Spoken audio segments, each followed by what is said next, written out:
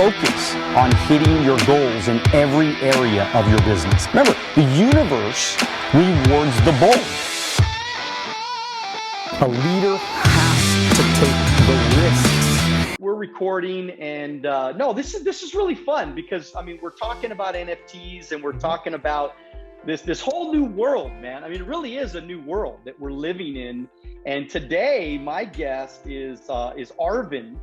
Khamseh, did I say that right? It's Khamseh, Khamseh. Khamseh. Okay, yeah, all right, yeah. Khamseh. All right, and oh, that's cool. That actually makes sense. Khamseh. All right, and this dude. Just want y'all to know this guy is in the forefront of a new tech trends, biohacking to mastering the NFT marketplace. And look, I know a lot about crypto. I know a lot about the blockchain. I understand NFTs. I don't own any NFTs at all, but man, this is going to be a cool episode of Wealth on the Beach podcast today. We're going to be hanging out with Arvin, man, and we're going to be learning a lot of good stuff with his impressive expertise and experience in running investor relationship marketing for public companies. Arvin has proven many times over he knows what it takes to attract investors online. And so anyways, he's successfully selling out an Italian artist collection in 2021. Was a proof of concept to apply his knowledge in investor relationship marketing. And so now he's working with 400 plus NFT brands and has agency partnership with Reddit, Twitter, Quora, and Meta. So no question about it, this dude is the expert in the marketplace. And look, I found out a little bit about you, dude. They called you like the Oxford trained geek or something like that, man. So tell me where that came from and why are they calling you a geek, buddy? Yeah, so I studied in Oxford, and then I did actually. Interesting enough, my parents, so they're very traditional, and they really wanted me to go in the route of. So they're both dentists. They wanted me to become a dentist as well, and so I did actually go to. I actually was very involved in like sciences and just like, I have a research paper, like an NIH research paper. I worked at a research lab for many years. There's like a lot of things in the science world I did. The reason behind it was just, I was very interested in actually just optimizing my own performance just on a daily basis. That was really what it was. And then past that, it became a lifestyle. So like everything about biohacking that I learned, it just became a lifestyle. I still practice it to this day, as far as like eating, exercising, everything, sleeping, like all sorts of gadgets and habits that you would have like to actually like biohack your body. So I do all of that. And then obviously that's how I also started in marketing as well. So I started as a content creator in the marketing world. And then later on, I started working with larger like public companies where I was doing their investor relationship marketing. And then fast forward to October 2021, there was this artist from Italy. He approached me and he was like, you have this experience, obviously with paid ads, with paid influencer marketing. And can you essentially help just selling his NFT collection? And the artist didn't know much about NFTs. I didn't know much about NFTs back then, except just, maybe just buying and selling a bunch. But like, I didn't know what, the utilities were or like anything about their marketing. But that was my first one where I marketed a collection, very small size collection. And I used Twitter ads. And literally in a week, we sold out this small collection. And to me, that was a proof of concept where I was like, okay, there's a specific way that I do things in marketing just because of my experience in with public companies where I can sell out collections. And I knew not many people had it. So in a very crowded market that is right now, especially in the NFT community, I realized that would be a very valuable asset that I can bring into this market. And then since then, I worked with about 400 NFT projects. Some of them, it's hit top 40 in the world. One of them actually hit #1 trending on the OpenSea, #1 trending on IC Tools. And I'm in conversations with a bunch of people from the Hollywood, like AAA Hollywood legends, and they want to do their own NFTs. And it's been, yeah, go ahead.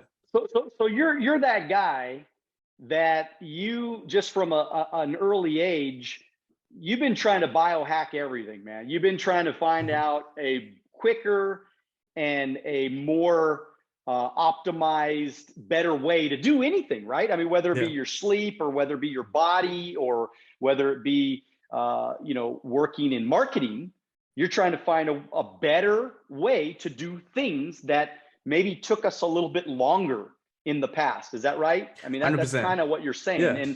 And I just, so we're going to dive all into this stuff. I want you to, where were you born? And obviously you're educated in the world and about a lot of different things, but where were you born and what did your parents do for a living? Yeah.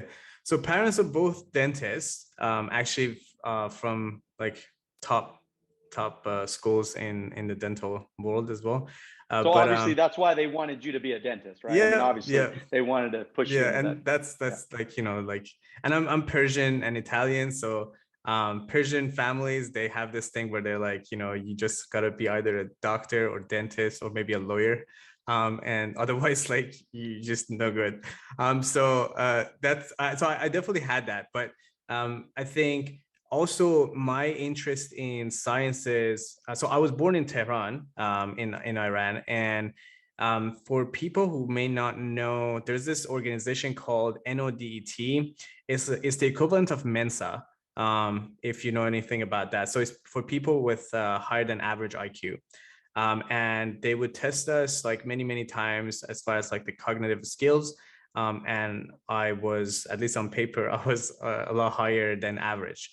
And so from let's say age 7, 8, I was learning about hardcore chemistry and physics and everything. So so the sciences and understanding complicated things and just making it simple, understandable for other people, that was actually something that I started early on. And then parents obviously wanted me to become, go take the same route. And actually my dad really wanted me to just open up a dental practice with him. I don't even know why, but he doesn't even work that much anymore. But anyways, so he really wanted to do that. So then what I ended up doing was I actually went to school for it.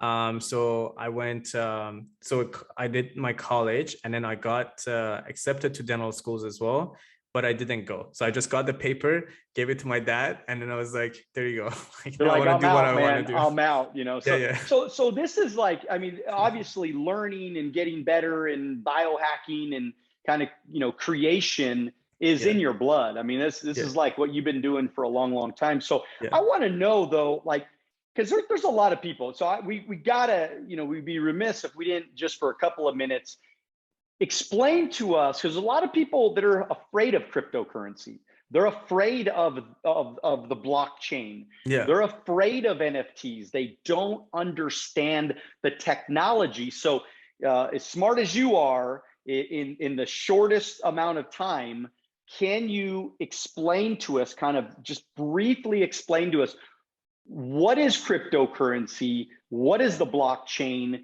and why this is so integral to the future of our money supply, of the world, and why this is not going away anytime soon? Yeah, I mean, that's a beast to explain in a few minutes, but I would say as far as you're talking about people are still afraid of cryptocurrencies, and this is not just people who are not even listening to podcasts or not listening to content online. This is some I know some podcasters with millions of downloads. They truly believe cryptocurrencies, NFTs are a fad. They will go away. And I mean, so that's one side of things where people thinking, oh, it's not worth it. It's not worth it to just get into it. But so I tell you guys my experience. So back in 2016, a good friend of mine, Nick, he was very heavily involved in cryptos, specifically Bitcoin. So Bitcoins is probably like, one of the most popular cryptocurrencies. And then I didn't take it seriously back in 2016. So I was just like watching this dude see like what happens basically. And Nick didn't have any experience in investing, didn't have any experience in business, wasn't an entrepreneur at all. He was working a 9-to-5 job. He wasn't like anything like crazy wealthy or anything. Like he was just making, just 6 figures, every year. But what was really interesting was he literally sold his car, sold everything he had, and then spent all his saving and just turned it into cryptocurrencies, specifically Bitcoin, back in 2016. What was he buying at? What was he buying in at? I wouldn't know. I can't. I wouldn't know. Probably in the low thousand. It was cheap. 1,000, 2,000 or something. And actually, he told me about it in 2016. But at the time, like he was already doing it. So maybe he even started like even earlier than that, maybe 2015. But so I didn't make much out of it. I even didn't like, he told me about it and I was just like, I'm just going to focus on what I'm good at, marketing, and not going to get into cryptocurrencies. And then a few years later, I gave him a call and I was like, hey, Nick, how is work? And he goes, what work? I'm like, what do you mean? And he goes, like, he's just traveling around the world. He doesn't need to work as much. And so that was my actual personal experience of just understanding the power of cryptocurrency. Well, I'll give you my quick story. Okay. Like, look, and it's a $20 million story. Yeah. Okay. Yeah. So I've been in financial services for 25 years. Yeah. And I had somebody approach me, I don't know, 6-7 years ago, right around that time period. And I know that Bitcoin was probably going for a couple $100 or a couple $1,000, something in that range. Well, I had calculated, I had figured this out last summer when I reconnected with the actual guy that told me about it. Now, he invested a little bit and then he got out.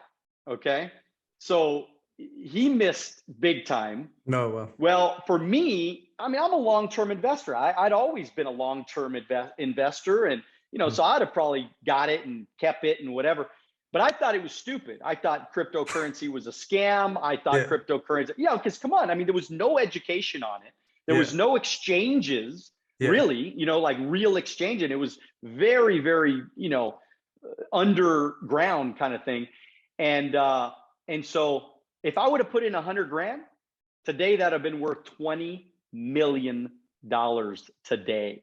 Yeah. And so, oh my God, that was the biggest $20 million mistake I ever made in my life.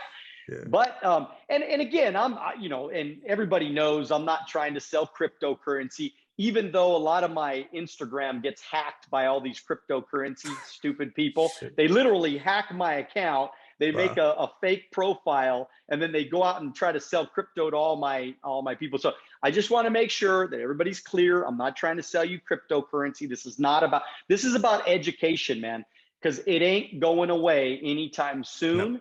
And so you better get educated so you don't make big mistakes. So that way you're not looking back 10 years from now going, oh my God, I heard about cryptocurrency from Arvin and NFTs and all this stuff, and I didn't do it.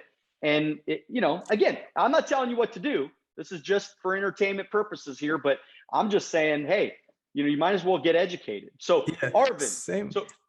I was just going to say same from me as well. Like, I'm not telling people everyone should do it. Like I actually, for people who are afraid of like losing money on crypto, I got my wallet hacked and I lost 100K in a second. And then I told a bunch of my friends in crypto, and then they said, like, if you haven't lost at least 100K in crypto, you haven't been there long enough. So like, so it's all good. But like I still continue to do that. Like it's okay. Like, you just learn and you move on. So is there anything you're doing? I'm sorry to cut you off, but is there anything you're doing now to protect yourself that maybe you can tell everybody? Honestly, so that doesn't happen again? Yeah. So, I mean, people can go and like actually see what happened. If they go to my Twitter account, Arvin K NFT, there is a post I just like did where I explained exactly how I got hacked. So then so it doesn't happen to people. But just like briefly, so people get this sense of it. I was looking to buy virtual land from Decentraland, and then I went on Google, typed out Decentraland, and the first website that popped up, I clicked on it. Now, in my experience, you have to have like amazing SEO to be on the top of Google. And typically it's a true website. It's not a fake website that comes up that high, right? When you Google something. And so I clicked on it and it was a fake one. I connected my wallet and literally in seconds, boom, like the whole thing was gone, about 100K. Yeah. So it was my fault too, because I shouldn't have like 100. I was just being lazy, honestly. 100K having it on a hot wallet instead of having it on a cold wallet. I just thought like I'm okay, like it's nothing gonna happen. I'm just going to a website that's just, it's a legit website, and it obviously looked exactly the same as well. So everything looked exactly the same as you would see on the Decentraland.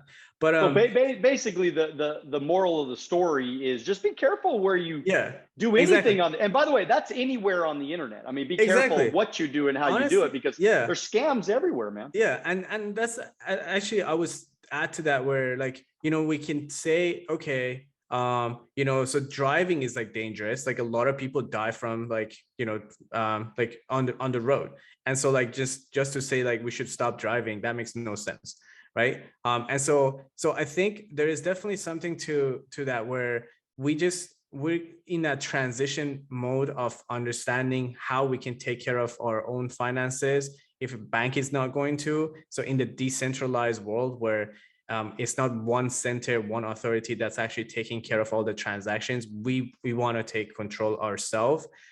So we need to learn some new things, right? So we're not used to it. Like if it was my bank that I lost 100K, I would have called my bank. I would have gotten my 100K back in seconds.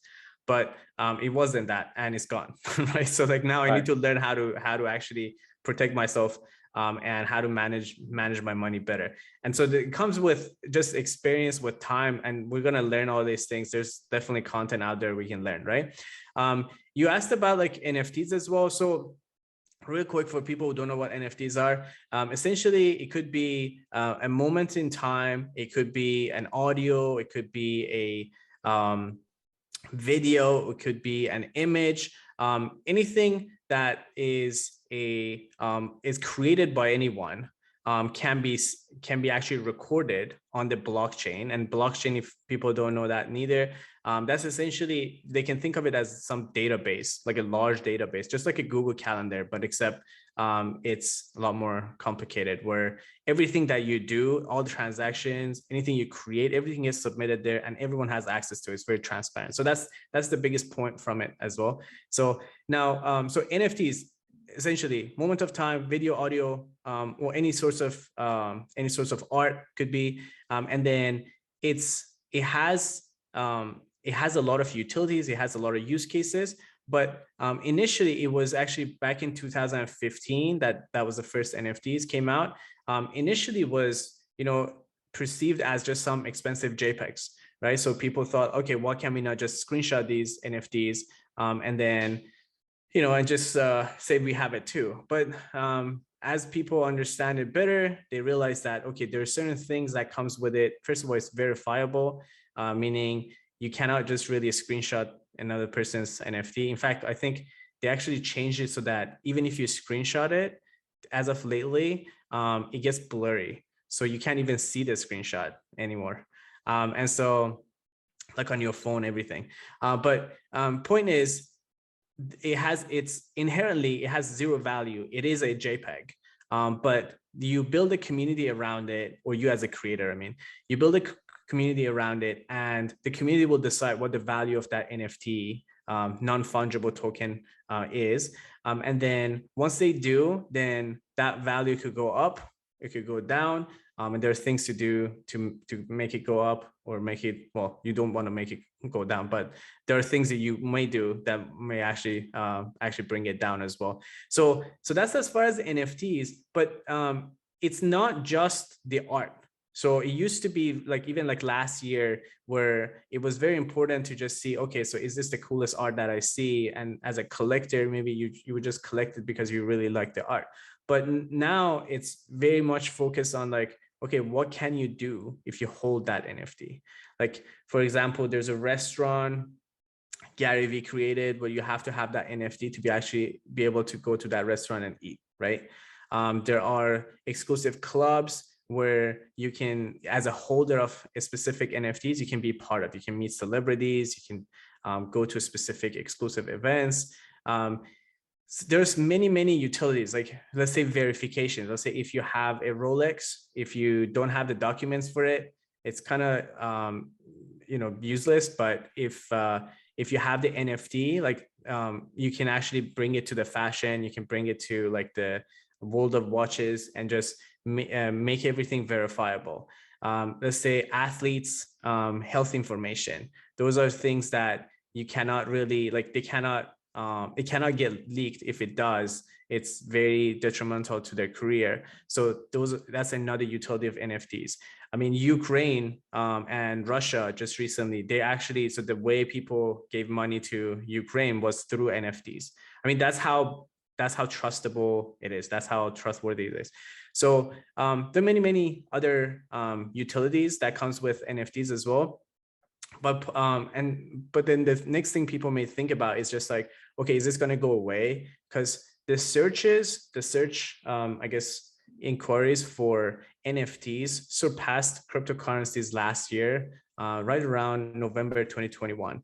So it's actually a lot more searches on NFT than cryptocurrencies at the moment.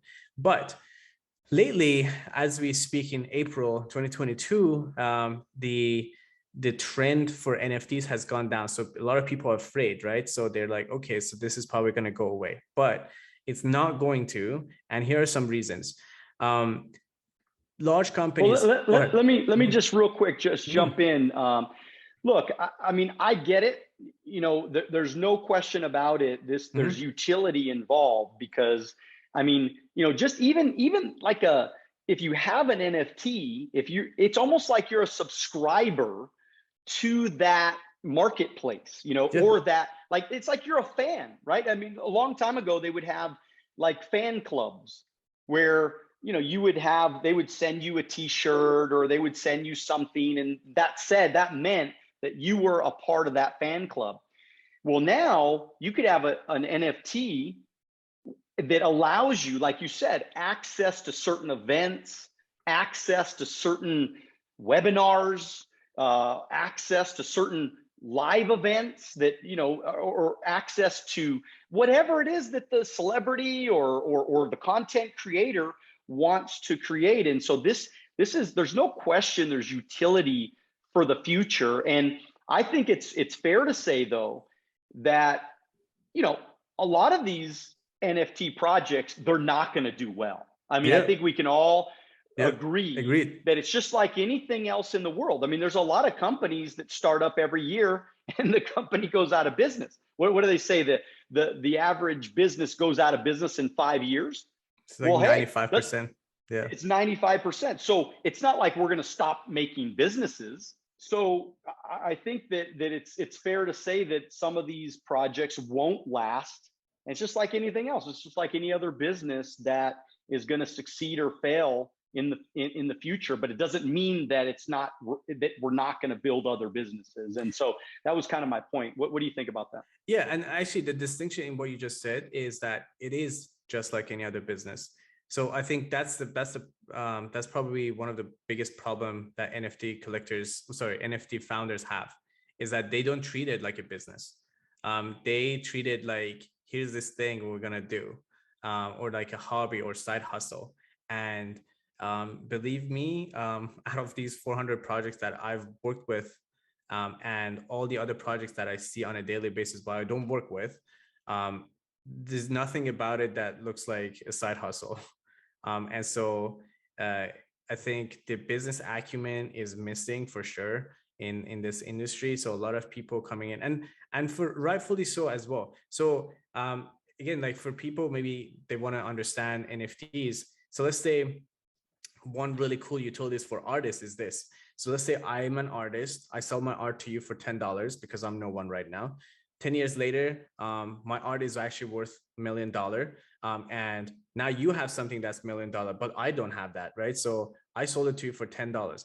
But when with NFTs, now if you end up actually selling that artwork, I actually get a royalty for the rest of my life, right? So it's another way for actually artists to be appreciated along the way as they're growing and just creating a lot of content. And there's, again, many other utilities, but there's actually a reason why NFTs exist. It's not really just, getting to some, like, meeting some celebrity. That's like a cool thing to do as well, but there are actually very profound reasons that we need it for the society, for the artists to actually function.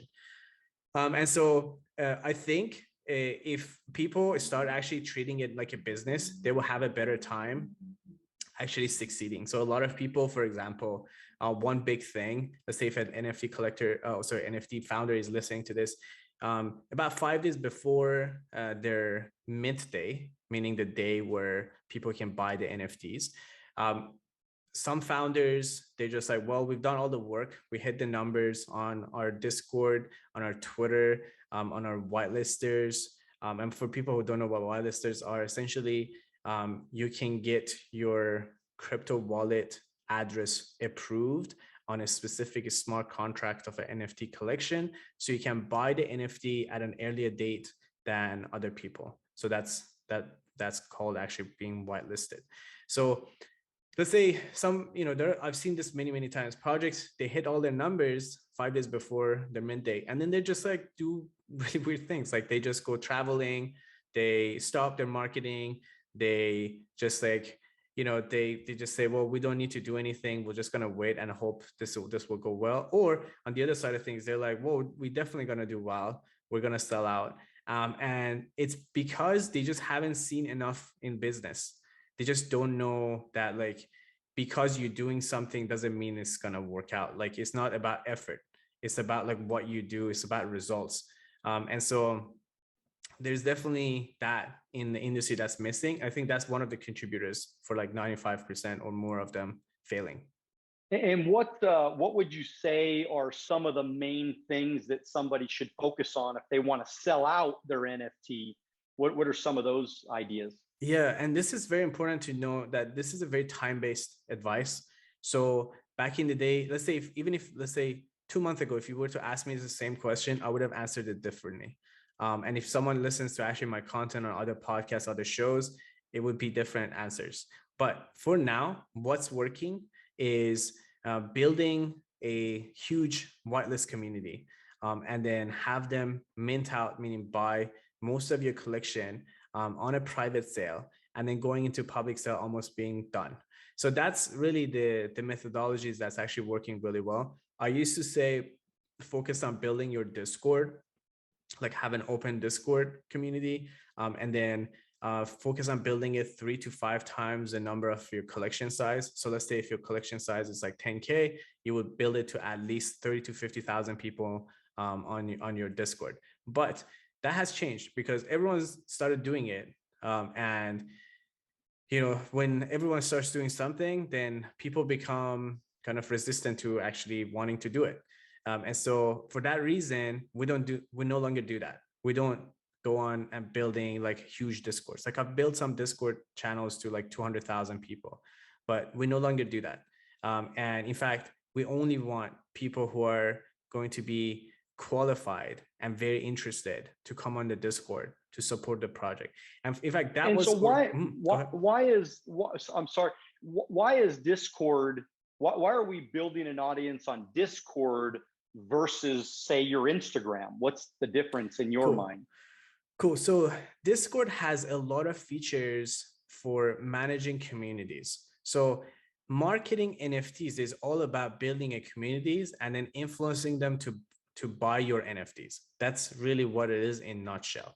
So the best program out there, so there's like, Telegram, WhatsApp, Instagram, Facebook, all these platforms out there, but the best platform out there that allows people, especially collectors, to be anonymous, interact with the community, and in a way where there are a lot of features for actually managing that community is actually Discord. So which is why the community picked that for engaging with each other. And so you've helped brands. I mean, it says here that you were buying like 500,000 a month for public companies. I mean, what were some of those NFTs? I mean, is there some that we might have heard of, or some of these companies that we might have heard of? I mean, who were you working with? And that's a bunch. Yeah. So 500K plus a month, that was for public companies. But as far as the NFTs, I worked with some NFT collections that they've spent 200K in a week just for advertising. Just so people get a sense of if they've never actually done the math and just understand these.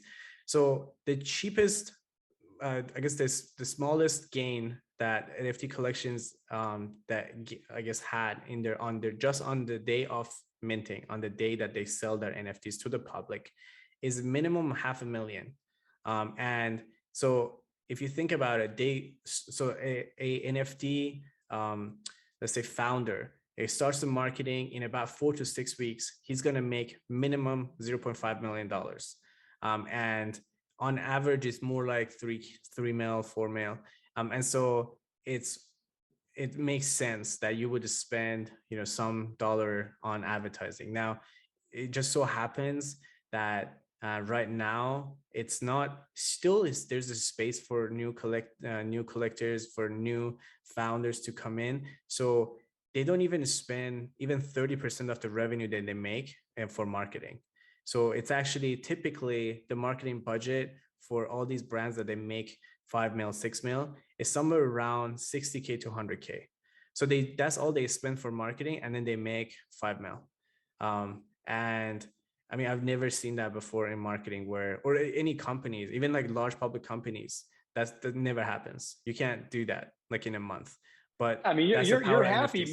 Most companies are happy if they spend 100 grand, they make 100 grand. You know what I mean? It's like, exactly. It's like, you 2, 3, 4x your money. You're like, that's phenomenal. But this is a whole new world. And I wish, Arvin, we had even more time, because man, I mean, this is an interesting subject, and there's no question I want to have you come back, and I want to do an extended show and really dive deep into all these incredible new advancements of technology, advancements of our new world that we're living in. I mean, it really is. I mean, I kind of hate saying that, the new world order or whatever it's called, but it is a new world, man. And we cannot stop it, even if we tried. I mean, so it's kind of like the way I invest. Okay. I want to give everybody kind of a little thought here. As an investor, I can retail invest, I can invest with everybody else, or I can invest with the big banks. And they say, well, wait a minute. What do you mean you invest with the big banks? How do you invest with the big banks? I invest with the big banks because I understand charts, and I understand, the way that the market works. So I know where the supply is. I know where the demand is. So I understand I know what the big banks are doing. I know where they are making trades. I know where they're buying. I know where they're selling. So guess what? I can invest how they invest.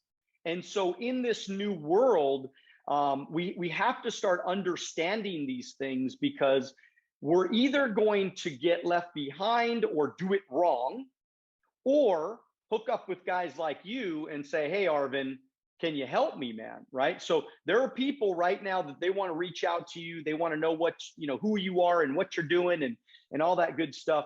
So please, could you just throw at our audience a couple of places that we can get a hold of you, the best websites, the best, where your platforms are, and Perfect. How we get in touch? Yeah. So if they want to read case studies on how I market a lot of NFT projects to sell out, in details, I actually explain to people, like it's on soldoutnfts.io. So that's soldnfts.io. And then also, if they want to find me on socials, it's the same Arvin K NFT. So ARVINK NFT on all socials as well. And I would say I'm most responsive on Twitter. Okay, awesome. Yeah. Well, we're excited. I want everybody to do me a huge favor and make sure that you contact Arvin. And this is what I want you to do. I want you to send him a message and say, "What's up, Arvin? I met you through Daniel Alonzo on Wealth on the Beach podcast." And so that way we can really start to, help you build your community. And who knows, we can, ultimately become, really, really good friends and help each other along the way. And I just want to let everybody know that we have Wealth on the Beach, the book, that just started getting pre-sales yesterday, actually. So I'm very, very excited about our new book that just came out. Make sure y'all check that out at wealthonthebeach.com.